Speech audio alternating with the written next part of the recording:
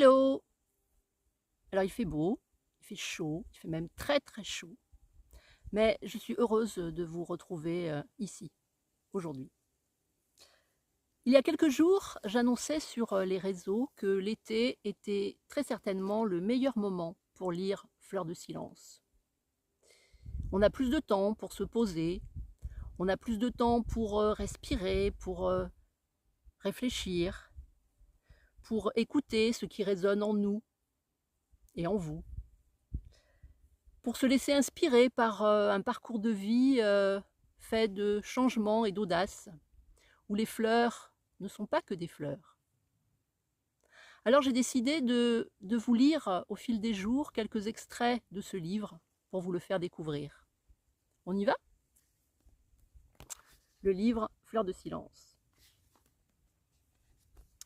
Une fleur est bien plus qu'une fleur. Ces belles éphémères ont un pouvoir mystérieux, un pouvoir immense, à la fois réparateur, guérisseur, inattendu, épanouissant et divin depuis l'Antiquité. Elles sont présentes partout dans nos vies, nous rendent heureux, prennent soin de nous, mais nous ne le savons pas toujours. Depuis mon enfance, elles font partie de mon paysage physique, émotionnel et artistique. Mais en tirant sur le fil du temps, je me suis éloignée de leur beauté inconditionnelle.